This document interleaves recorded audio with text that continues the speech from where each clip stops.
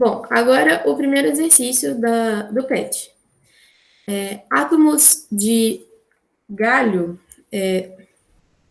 67 e 31 são utilizados na medicina no diagnóstico de tumores.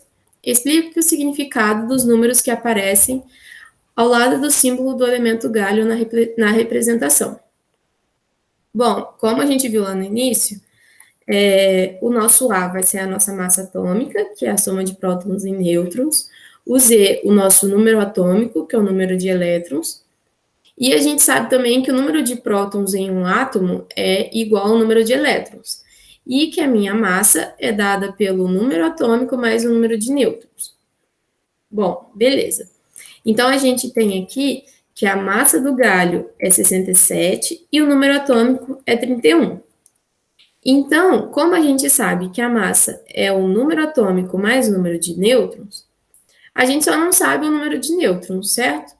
Então, a gente vai rearranjar essa equação e vamos ter que o número de nêutrons vai ser igual à massa menos o número atômico, que é o nosso número de elétrons.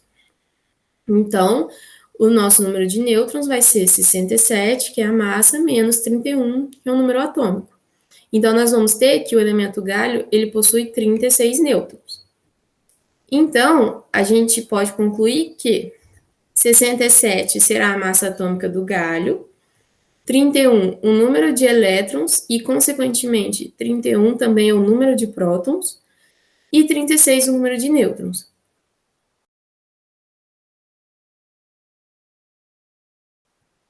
Bom, no segundo exercício, a gente tem a seguinte questão.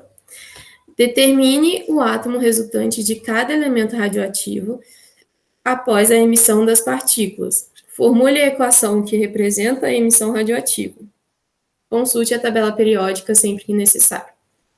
Bom, na letra A, a gente tem o urânio emitindo uma partícula alfa. Então, a resolução vai ser: na partícula alfa, a gente tem que a massa dela é 4 e que o número atômico é 2, certo?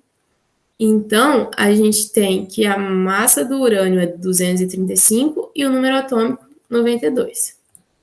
Como o urânio vai emitir uma partícula alfa, ele perderá a massa e os elétrons correspondentes a essa partícula e formará um novo elemento X. Então, a nossa equação que representa essa emissão seria o urânio, que vai ser igual à partícula, o elemento X, que eu não sei qual é ainda, mais a partícula alfa. Então, a massa atômica de X será a massa atômica de U, será igual à massa atômica de U menos a massa atômica de alfa. Então, a gente vai ter que a massa de X vai ser 235 menos 4, então a massa de X é 231. Usando a mesma lógica para o número atômico, a gente vai ter que o número atômico de X, o Z, né, vai ser 92 menos 2, então o número atômico é 90. Então, se a gente analisar a tabela periódica, o elemento que possui massa atômica 231 e número atômico 90 é o tório, que será o átomo resultante após a emissão de alfa. Então, a nossa incógnita X, né, o nosso elemento X, vai ser o tório, que é representado pela sigla TH. E então, a nossa equação que representa a emissão radioativa vai ser o urânio, que vai emitir alfa, e vai se ter o elemento tório. Agora, no caso da letra B, ele dá o nosso tório aqui, emitindo uma partícula beta. Beleza, a partícula beta, a gente sabe que a massa é 0, mas que o seu número atômico é menos 1. O tório, a massa é 230 e o número atômico 90. Então, fazendo a mesma relação da letra A, a gente tem que tório emitindo a partícula beta, mais Y, que vai ser o nosso elemento que eu não sei ainda. Então, nós vamos ter que a massa de Y vai ser 230, que é a minha massa do tório, menos a massa da partícula beta, que é o que o tório vai perder. Então, a massa vai continuar a mesma. Então, o nosso elemento Y vai ter uma massa 230. No caso do número atômico, ele vai ser 90, que é o número atômico do tório, menos o número atômico da partícula beta. Só que aí, como o número atômico da partícula beta é menos 1, então eu vou ter menos 1. E nesse caso, o número atômico do nosso elemento Y vai ser 91. Então, analisando a tabela periódica, o elemento que tem uma massa 230 e um número atômico 91 é o protactínio, que é o Pa. Então, o nosso tório, quando ele emite uma partícula beta, ele se torna o protactínio. E na letra C, nós temos o carbono emitindo uma partícula gama. Então, nós temos que a partícula gama tem a massa 0 e o número atômico 0. E o carbono tem a massa 14 e o número atômico 6. Então, como a partícula gama possui massa e número atômico nulos, ou seja, igual a 0, o carbono terá a mesma massa e o mesmo número atômico. Então, o carbono emitindo a partícula gama vai continuar o mesmo carbono.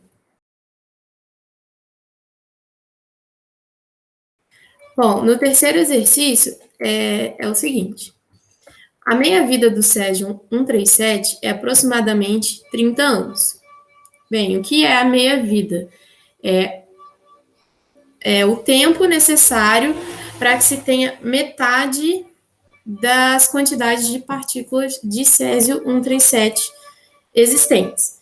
Então, qual o tempo necessário para que uma amostra desse nuclídeo se reduza à oitava parte do inicial? Então, se você tem uma amostra inicial, quanto tempo vai demorar para eu ter apenas a oitava parte, ou seja, 1/8 dessa amostra?